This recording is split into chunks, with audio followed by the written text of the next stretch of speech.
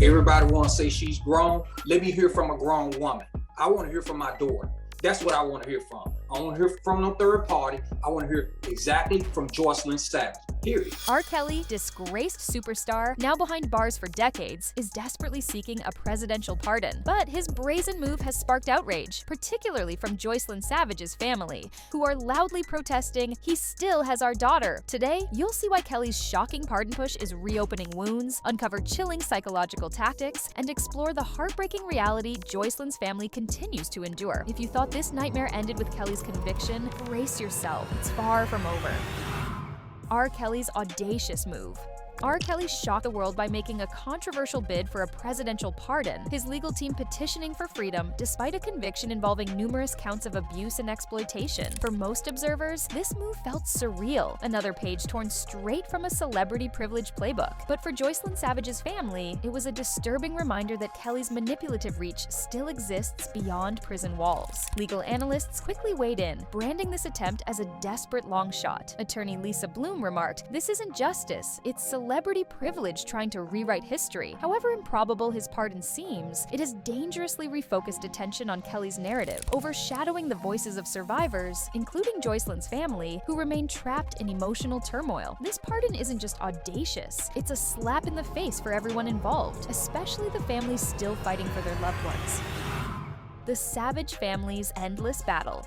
Timothy and Jonjalyn Savage have been outspoken for years, publicly pleading to speak directly with their daughter, Joycelyn, who they claim remains psychologically controlled by Kelly. With every day that passes, their frustration and despair deepen. Timothy described numerous blocked phone calls and ignored attempts at communication, telling media he might be behind bars, but emotionally, he still has Joycelyn. Their family's relentless public advocacy reveals just how complex and devastating Kelly's psychological control has been. Timothy's emotional outbursts at press conferences and desperate pleas on social media underline a grim truth. The trauma of abuse doesn't vanish when an abuser is jailed. Instead, the battle shifts, leaving families struggling for basic contact, clinging desperately to hope. This endless emotional warfare underscores a painful lesson. Justice doesn't automatically heal shattered lives, it's merely the beginning.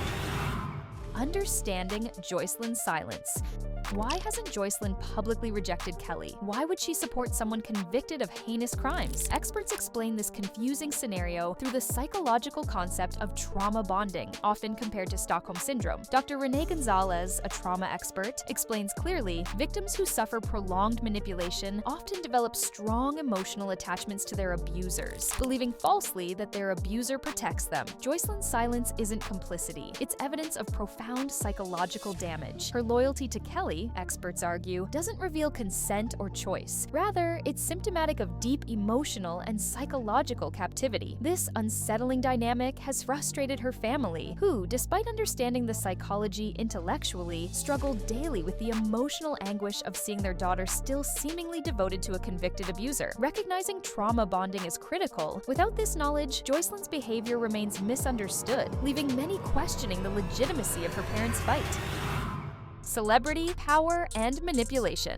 R. Kelly's status as an R&B superstar was never merely about music, it was about power. Fame created an untouchable aura around Kelly, enabling decades of abuse and manipulation. This protective barrier allowed him to isolate victims, silence accusers, and even recruit new supporters, some blinded by admiration, others by financial dependency. Investigations uncovered shocking accounts of Kelly's financial and emotional manipulation, exposing how he systematically isolated victims from their families and friends. Victims' testimonies detailed disturbing coercive control techniques, economic dependency, restricted communication, and psychological conditioning. Dr. James McCoy, an expert in celebrity influence, explains, power is intoxicating and, in hands like Kelly's, incredibly dangerous. Fans become victims, admiration becomes captivity. Kelly's pardon push dangerously rekindles his power dynamic, suggesting to victims he remains influential, even from behind bars. Without public vigilance, celebrity status can corrupt justice itself. If you're invested in this critical discussion about justice and celebrity accountability, hit subscribe right now. By joining, you amplify important voices, ensure accountability, and help fight for true justice.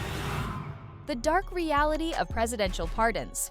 Could a pardon realistically set R. Kelly free? Historically, presidential pardons overlook victim perspectives, prioritizing political or social optics over genuine justice. Though Kelly's chances appear slim, his attempt highlights troubling aspects of America's justice system, where fame, wealth, and power frequently influence outcomes. Analyst Mark Stevenson emphasizes, a pardon for Kelly wouldn't just erase legal convictions, it'd symbolically erase decades of victim trauma, sending a toxic message that celebrity power trumps accountability. If granted, such a pardon risks sparking widespread outrage, undermining public trust in justice systems, and re-traumatizing countless victims. Pardons aren't mere symbolic gestures. They carry enormous weight, profoundly impacting survivors, families, and public confidence in justice.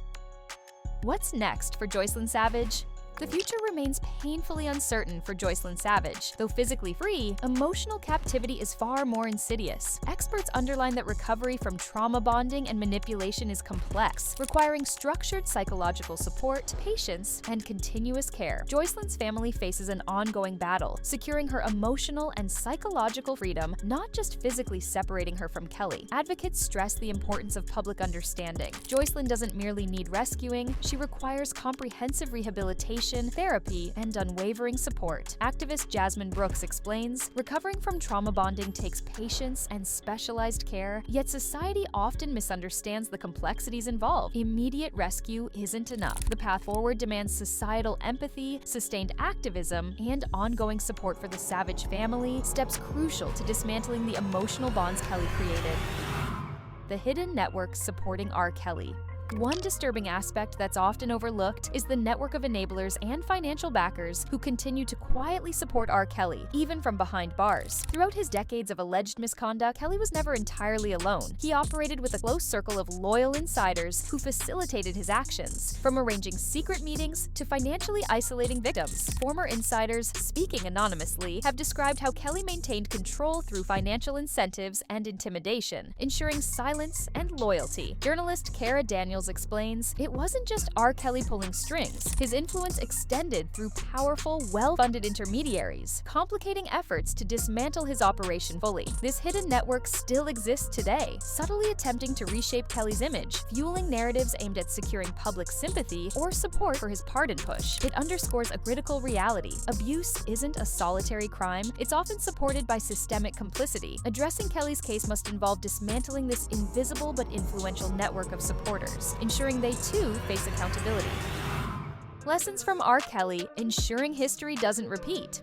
R. Kelly's disturbing saga isn't just a cautionary tale, it's an urgent call to action. Society must ensure similar abuses never again flourish behind the shield of celebrity and privilege. But how? Advocates recommend several concrete steps: implementing stronger safeguards within the entertainment industry, mandatory training to recognize coercive control, and encouraging whistleblower protections. Institutions that enabled Kelly must face scrutiny, not just individuals. Activist and author Nadia Whitfield argues, we must learn from Kelly's victims to dismantle systems that protect abusers. Without systemic change, history will tragically repeat itself. Practically, this means more robust legislation, cultural awareness campaigns, and better-informed communities capable of recognizing and intervening when celebrities abuse power. If society commits to proactive awareness and systemic accountability, R. Kelly's case becomes more than tragedy. It becomes a turning point, a catalyst for lasting change. The power of your voice.